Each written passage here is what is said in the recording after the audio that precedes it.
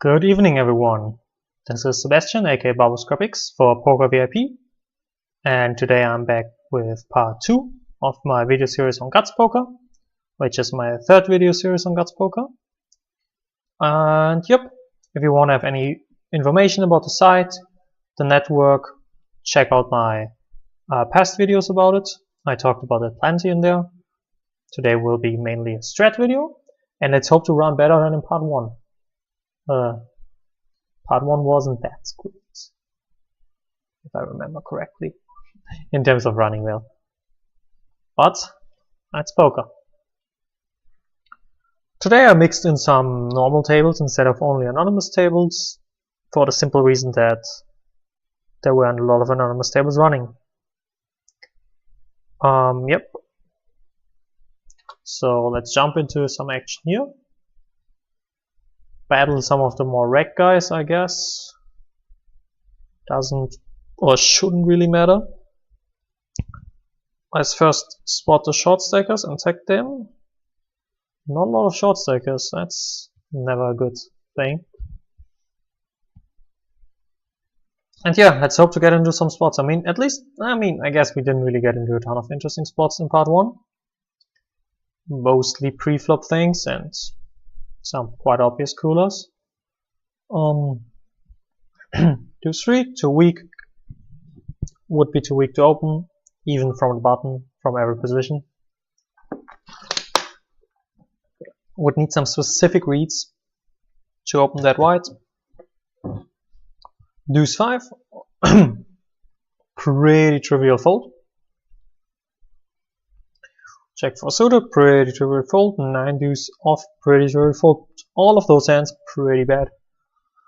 Not a lot to say about that. There's a limp going on. We immediately see that and are happy. By the way, overlimps generally don't really mean that they are like really weak, because you can definitely overlimp hands like pocket 3s, for example, in that situation. And that can be quite reasonable. So can't really mark him just yet.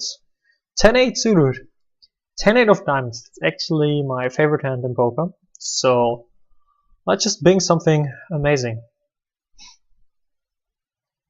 Ace. You see the ace, you get like thrilled. Then you get the 4 of clubs. And you're like, eh. That's not so beautiful.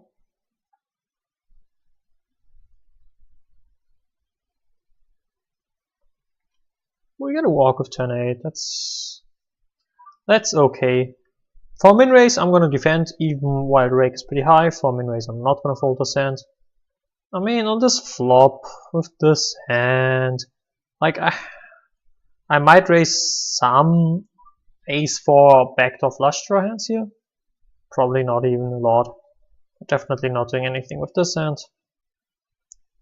Pocket 4s. Some playable hands, I guess. Ace 9 gonna be a fold. This guy min raises, already kind of suspicious. Min raising from MP looks decently fishy.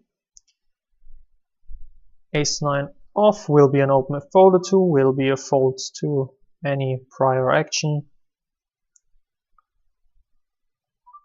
3-8 off. Garbage hand, take it down for pocket 4s, that's a good result. Ace 9 not going to do anything here with the off-suited variety of the hand. Yeah. Jack 9 off. That's going to be a fold. Okay. Sorry for the weird noises, but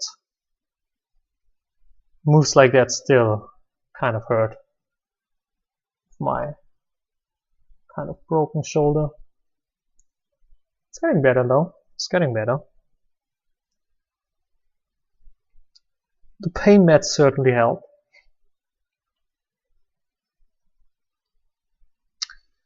The classic 4 straight board here. Pretty hard to have a bluff on such boards, and he just bombs it, which is weird because, like, is this action X guy really gonna call him with worse than, I don't know, straight? Questionable. I didn't really see the full action, but it's pretty hard to have a bluff there. 10-7 off, quite obviously not gonna isolate. Just gonna check, and on this flop with a really weak gut shot and a really weak backdoor flush draw as the pot says bad, we're gonna happily fold and we would have turned the straight. What a shame. But quite obvious fold. 10-8 off versus a min raise from the cutoff. This is like close. I would defend 10-9 off here. 10-8 off is quite close, given rake and such. I'm gonna push it towards an open just to get into a spot for the video purpose, but I totally wouldn't mind folding here. But it's gonna be inherently close. This is gonna be a flop. I'm gonna check raise.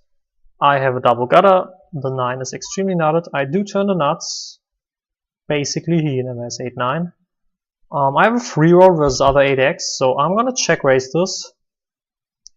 Basically assuming he never has 8-9 here. God damn it. Also, we can induce some bluffs this way.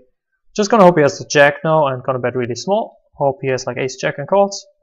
Or spazzes over this with like, I don't know, king queen. And on the turn, honestly, I'm pretty tempted. I mean, so the thing is, he could have a better free roll, I guess, like with the diamonds. But even that is pretty hard because I also blocked the 8 of diamonds. So actually, it's not possible. So given my exact hand, blocking the 8 of diamonds and him never having 8-9 in my opinion, I probably would go ahead and check shove the turn, as weird as that sounds. But I'm basically just going to get it in versus 8x. I mean, you can also check raise and hope to charge some diamond draws. That's another viable option. Check raise versus like diamond draws, or like a hand like the bottom straight with like a 3, or like a set that still bets. Like that's definitely a viable option. Another viable option is to just rip it in. And if you get it in versus 8x, you are free rolling with the higher straight draw. Which isn't like a huge factor because like you river the 9 about, well, that's like 10% of the time. But yeah, so you have some options there on the turn. So this guy's tagged as a weaker player. He called 4 bets to pot, which immediately to me seems like ace king, which could still be aces and kings. It could still be a 4-bet fold. It could be some random hand, like who knows, he's recreational. I don't want to flat here because the SPR will be in a way where I'm going to stack off anyway. So if he has aces or kings, I'm going to get stacked anyways. So basically I'm going to shove, take my fold equity if I have fold equity. He has ace jack suited, which is pretty outrageous. Got to try to hold. Looking good so far. Good shit. That's why he's tagged as a recreational. Gonna actually tag him as a pretty big fish right now. He snaps that shit off. Not gonna take a note because typing with one hand is extremely annoying. So yeah, just going through the thought process there, I immediately knew I would shove, but it's like quite common that those pot size 4-bets and whatnot are usually ace king instead of aces and kings, because people generally get more greedy with aces and kings and go smaller because they do want to get action, while with ace king they do want to get a fold. So yeah, people are usually that face up. Plus, he was tagged as recreational. As said, he might do some weird things. I was like hoping he calls off like ace queen, which you obviously completely crush. Or not completely crush, I guess, but crush pretty. Or a hand like jacks, 10s, 9s, 8s, which we crush extremely. Or maybe even had like 10-9 suited, who knows. Getting into versus ace jack, obviously favorable result. This time we did win the pre-flop button. Part 1 we did lose kings versus aces and queens versus kings. So we get some of that money back now. You win some, you lose some. Jack now going to be an open if folded to. I usually open the button a bit smaller, but due to having to type it and not really wanting to type with my left hand, I'm just gonna, I mean basically it's just annoying to do this one-handed, so I'm just gonna usually do open to 2.5x. Generally I think topics like pre-flop opening sizings are a bit overrated. I'm gonna make a loose open here and a tight fold here. Could call the queen jack there.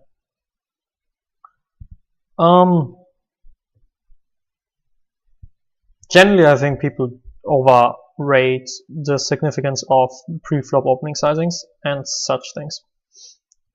So I just don't think it's really that important. But as a general rule of thumb, you want to pot it from the small blind, you want to raise bigger from earlier positions and raise smaller from the button. Because you're going to raise a lot of hands and you're in position. And oh. But you can basically open to 3x from any position, and it can be a viable strat. There are like a ton of viable strats. And it's really not the thing that's gonna determine whether you're a crushing player or not. Some pretty easy folds here with some garbagey hands. Given there's the small blind the whale is in the small blind, I would have opened this wide because I do want to play hands with him. Even though it's not in my standard opening range. I'm gonna make a somewhat loose open, even though it's kind of standard, I guess. Jack-8 off, top left corner. Other tables are pretty trivial folds. Take it down with the Jack-8, that's a favorable result. Some trivial folds. I guess if we scratch on the topic of preflop sizings, I can also talk a bit about 3-bet sizings, which you might have seen in my other videos. In position, I usually 3x it. It kind of depends on their opening sizing. So if they open smaller, I usually go a bit bigger than 3x, and if they like open for like 4x, I might not go for the full 3x open, 3-bet, sorry, in position. But generally, I 3x in position and 4x out of position, which I think is the best. But once again, also here there are plenty of viable strategies. But generally, we want to avoid playing pots out of position. So we're going to make his life harder by 3-betting bigger. And in position, we want to play pots, so we're going to make it smaller.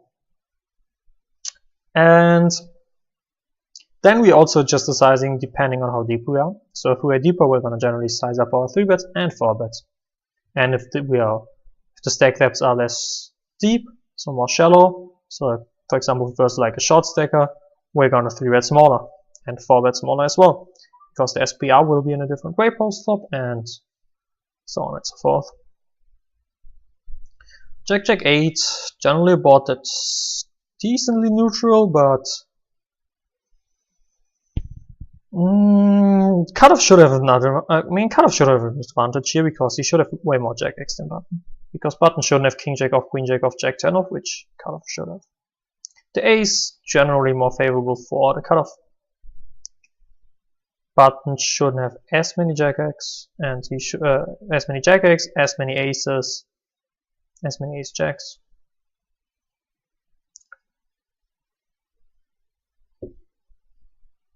So now this guy is going from limping to 4x opening. Classic. Ace 7, 6-10, trivial fold. A7 going to be open if folded to, and nothing if someone opens in front.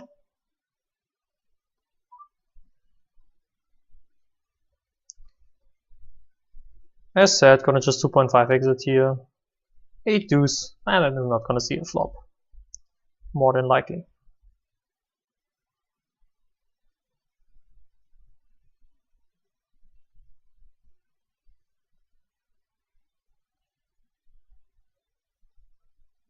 Some pretty trashy hands, gonna fold all of those. Gonna keep folding the trashy hands and play the good hands.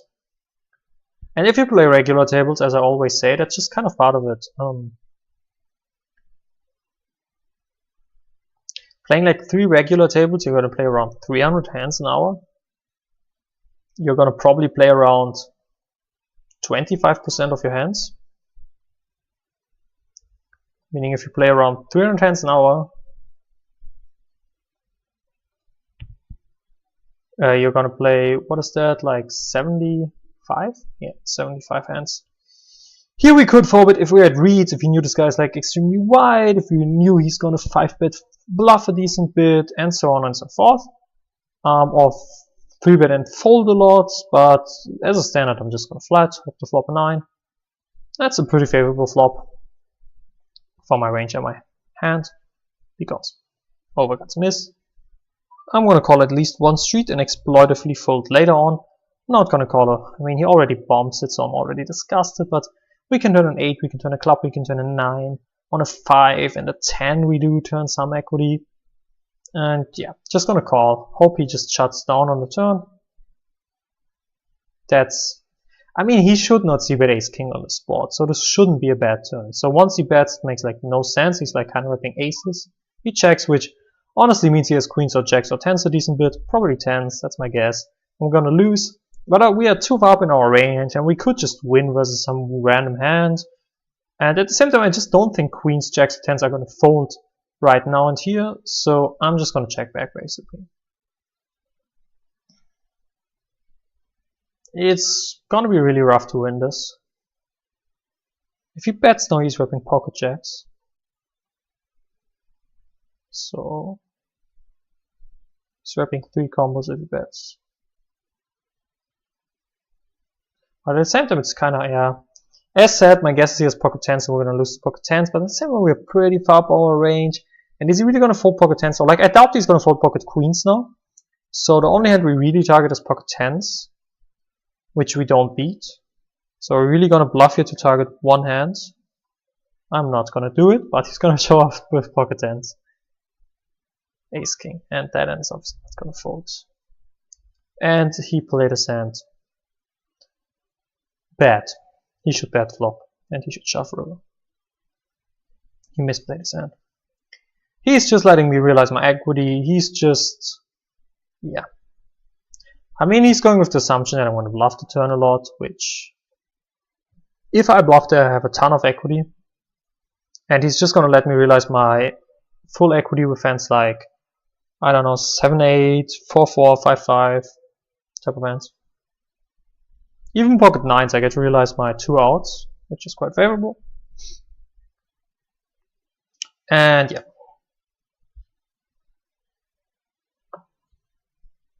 He should just bet. There's just a lot of value to be had versus draws and weaker middle pairs, because population is generally not folding those a lot.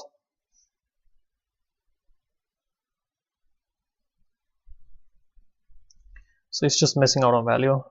So the whale is involved here, and the whale is actually deep now, which is great for us because we're also deep, so we might play a deep pot versus the whale. Hopefully that happens. And hopefully we have the nuts. I mean, if a lot of money goes in, we will have the nuts. I'm gonna assure you of that. 10-8 off. As said, versus cutoff, this is close, third button I'm gonna call. Be consistent with my defending ranges. Check folding. This would be too loose of a check raise. Just, yeah. He can have a decent bit of ace-x. At the same time, yeah. If he has hand like pocket sixes, I think he's gonna still check back, and then I kind of just lead river as a bluff. Oh wait, my one PC is lagging right now. Okay, I checked. And I'm gonna bluff this river for a pretty hefty bet. Don't want to risk getting called by pocket nines. I have pretty bad blockers overall, and he could have a queen sometimes. But he also has a lot of underpairs, like 5x, and random hands like, I don't know, 9-8 off, which we were chopping with, I think, still. No, we actually beat 9-8 off, but yeah. We also deny him the chance of bluffing. And he's just pretty capped. I mean, he could have occasionally have like queen 10 and queen jack, but besides that, we also block some of the queen 10s. At the same time, our blockers are not really that great, because we also block 10s and 8s, which is not that great, and random hands like 8-9.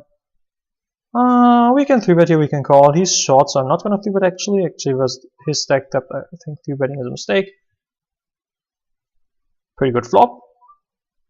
He bombs it, which is worrisome, but we're not going to fold our hand. He's a 50 BB stacker. I don't know if he's erect, it's just short stacking, but I'm half top pair, so I will call. And I'm going to play accordingly. I could lead this turn exploitatively, but honestly I think he has a ace 10 or like 10-9 and I want to let him bluff. That's interesting. Basically, I don't think he bombs the flop with like ace jack or queens, so I think he has nothing, so I'm gonna just check. He could have aces and we lose value versus aces. That's for sure possible. At the time we could just have ace 10, 10-9 or like ace queen. And he did have pocket fives, which is pretty badly played hand, and it's not a hand that I'm assuming would call the river. So if he c-bets the flop with that type of shit, I'm pretty happy about my river check to induce the spaz, because if he spazzes that on the flop, might as well spaz it on the river. We don't want to take him as a weaker player. That c-bet sizing with that hand is just awful.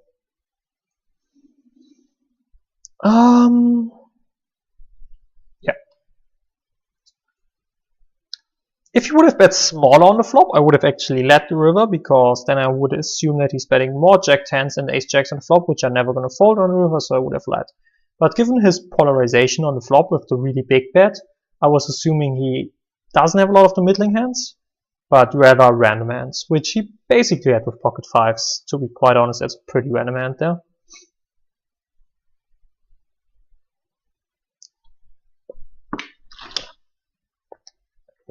For what it's worth, I would also bluff that river a lot. I actually think we have a lot of fold equity. That's why I wouldn't lead with my value.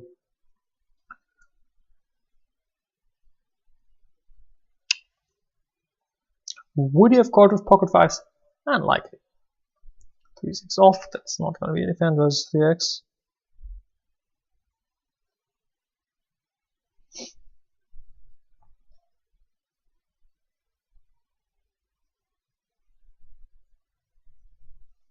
Decently big pot brewing here. Checks to him.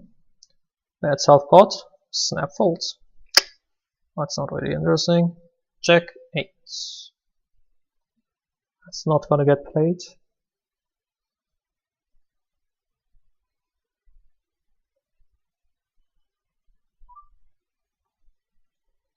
Queen 3 into the mark.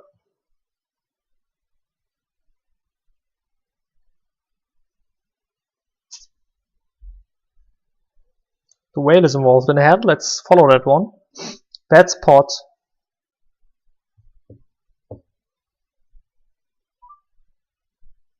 Probably has like queen jack offsuited. What does he do now? Bet pot again? Snap check. What does he have here? Pocket sixes without a heart. And this guy just bets off pot now, which seems reasonable. Trying to milk the whale. We really want to get hands. I'm actually going to open this because of the whale in the big blind. If folded to. Yep, gonna open this. Obviously hoping to not get 3-bet. We get called versus the whale. Pretty favorable situation. Not gonna see bet bluff here versus the whale. Just gonna bail out, try to hit a pair. That's a pair. I'm not gonna fold. He's a whale. I'm gonna station him down. He's gonna show up with 8-10 offsuited. Yep, everything misses. Hearts miss. I do block some of the hearts. So now it's close between block value betting or checking. If I had a hand like pocket 9s, I would value bet this. We have a pretty good 7, honestly. He could have a worse 7. I'm gonna block value bet this. He could have 4s, 5s, something like that. A worse 7, a 6. Yeah, I'm gonna block value bet this versus the whale. And if he raises, I'm probably gonna station him. Not gonna give him credit, gonna just assume I induced the spaz. Like, not giving me any credit, basically.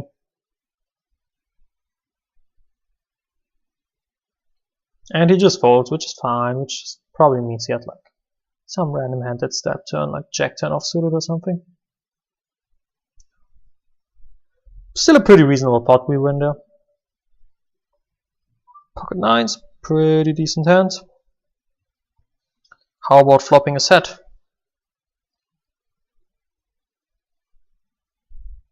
This guy 3-bets, okay, that's fine. That's not an unfavorable result there.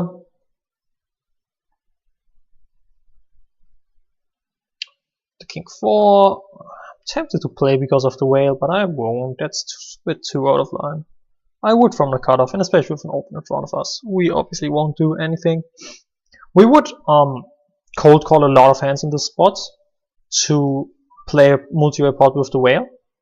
Like hands that play reasonably well in multi-way pots, which are suited hands, suited connected hands, or pairs.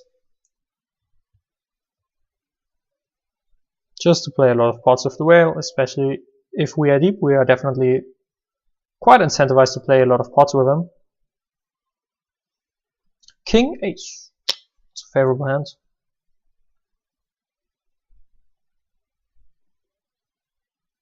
Still a kind of hard hand to play.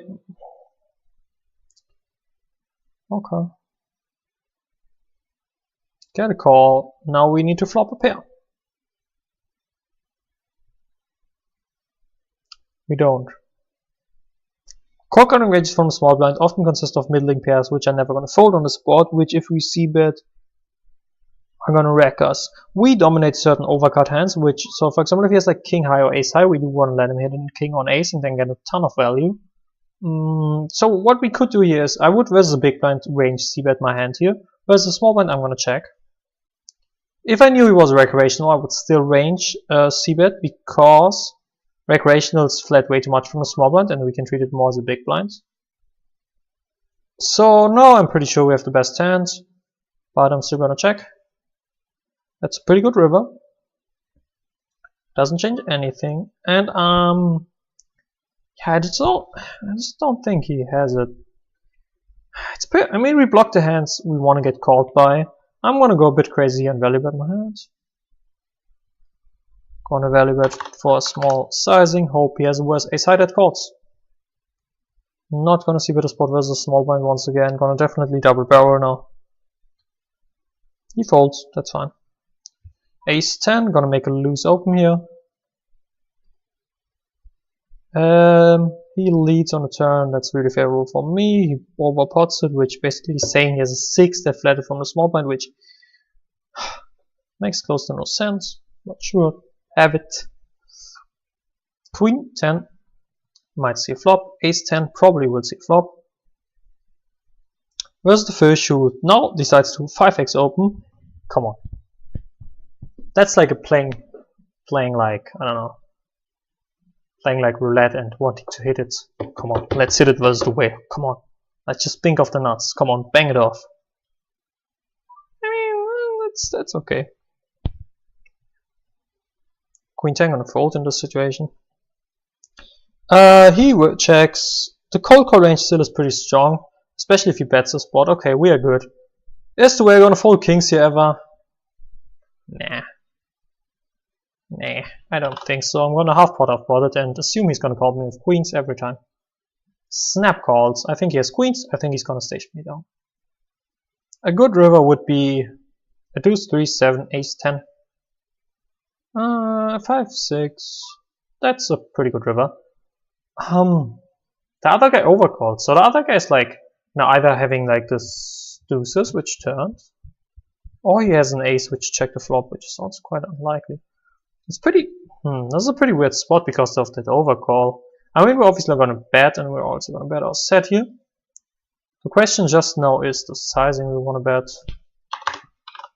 I think we're going to go with like a medium-sized type of bet. I think the whale can still call with like kings here, and I think if someone has an ace, they're never going to fold. If he raises us now, we're probably going to actually just fold it, because I just don't think he's ever raising worse and balanced and whatnot. If only the whale would have called, I would have probably sized down to like half pot to ensure calls for my kings and queens. Might not matter with the whale, he might just station any non-pot size bet there with kings and queens, or he might just decide to either call or fold already. But given the other guy over-calling our turn lead, I just kind of assumed he had an ace that checked back the flop a decent bit. So I went with a bit of a bigger bet, which can still get called by like kings, jacks, queens by like the whale, and the other guy will never fold an ace. So, and if the whale ever checks an ace on the flop, which is still possible, it's not impossible that he checks like ace 5 offsuited there. He's obviously not going to fold to the bigger size, so that's why I sized up there a bit. while I said pre-flop sizings are not that important, I think post-flop sizings are extremely important. Especially because they changed the SPR over like streets. Like if you bet big on the flop, you're gonna have another SPR on the turn and the river. So post-flop sizings are actually extremely significant. Easy call after 7-6, not gonna 3-bet as close to ever. Interesting flop. I'm tempted to check raise. I wouldn't do a lot of check raising here. Maybe we should just take in like 10-8, king. King 9. Yeah. Just basically would raise him off like ace 10 and ace king, which is not a bad reason he pots it. So basically I'm assuming he's a fish, so I'm gonna call this because I think I have pretty decent implied odds. So I'm gonna treat mine as a draw because of the backdoor flush draw and having the 2 pair and the trip outs. And there obviously is a chance he has ace king and just mashes pot and then checks down. Folding wouldn't be outrageous here, but I just think we have a bit too much implied odds and showdown value to go ahead and fold. And it's a pretty good turn. His lead here is actually reasonable, but like his pots I see is pretty good. Here we're gonna actually overlimit to pocket deuces, wanna let the whale in, wanna flop a set multi with the whale. Easy fold now, that's a pretty good turn for us. We have a ton of queen X. He's not gonna do a lot of bluffing here. Yep, easy fold. We still have sets like pocket sevens there, we have a ton of queen X. Easy fold. Min open, via recreational, gonna defend relatively wide. Interesting flop, we could lead. I would want to lead a bit more polarized than this hand though.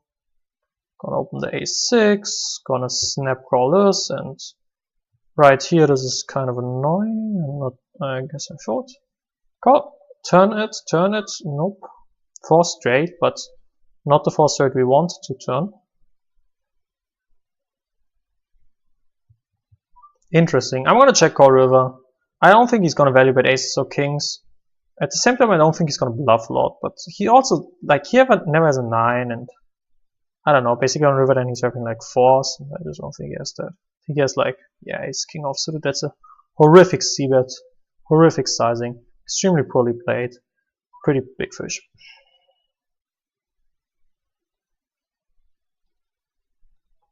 Queen 6 off, gonna go to the mark, ace 6 suited. That's out of line to 3-bet descent. Let's get a bit out of line. Yeah, sure. Let's get a bit out of line here.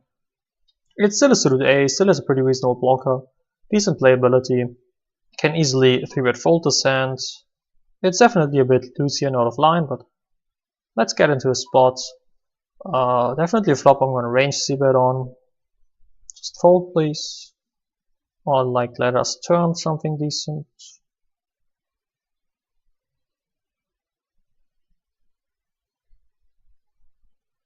Gonna barrel on a king.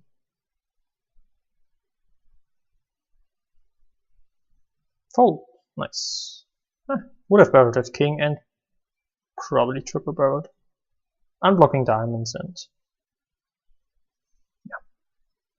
yeah, probably would have triple barreled at end.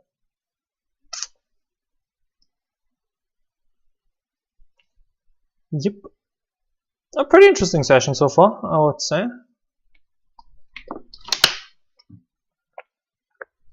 The whale is potting again, way back at it.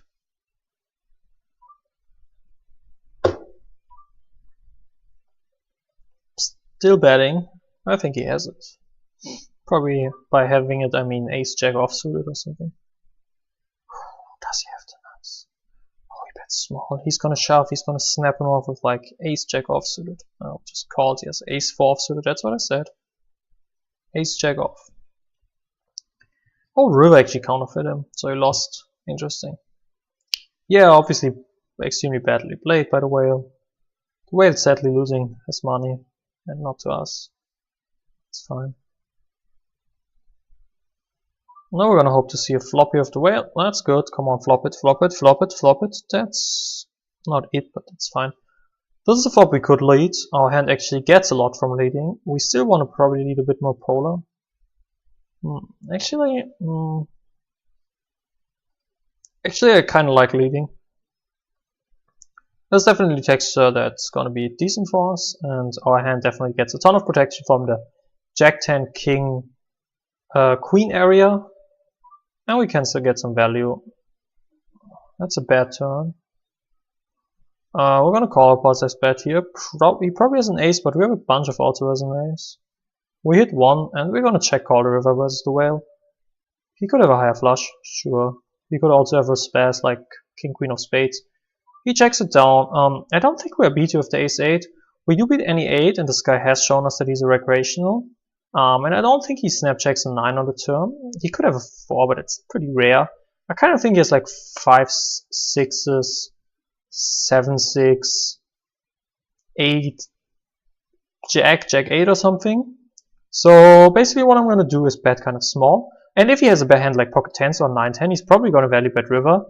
And we're going to probably check calls. So also by this blocker bet, oops, we're also going to lose less if he has a hand like 10s, because he's not going to raise us, or at least if he raises, we're going to fold.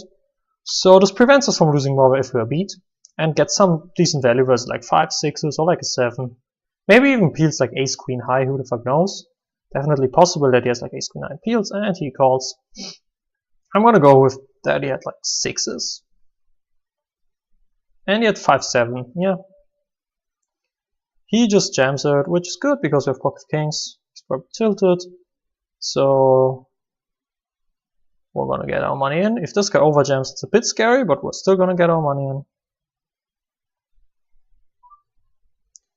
Do we cold call or do we jam? I think having I don't think it matters. Just gonna overjam. If I had aces, I might just call exploitively. Maybe the UTG guy calls ever or something. I don't know. It doesn't really matter. He has jacks, holds, holds. Seriously.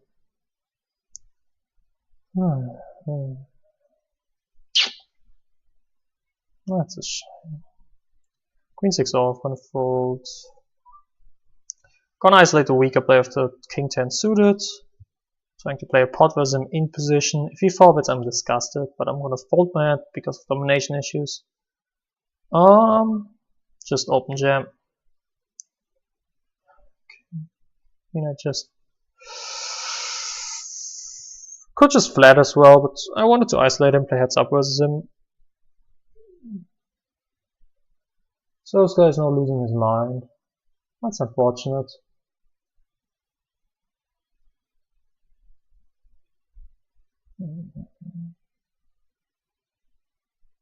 Yeah, it's probably gonna jam again. No, he folds. Well, that's gonna be it for part 2. 38 minutes. Gonna hopefully see you back at part 3. Hope you enjoyed this video. Make sure to always comment if you have any questions or any feedback. And yeah, hopefully see you back in the next part. Peace.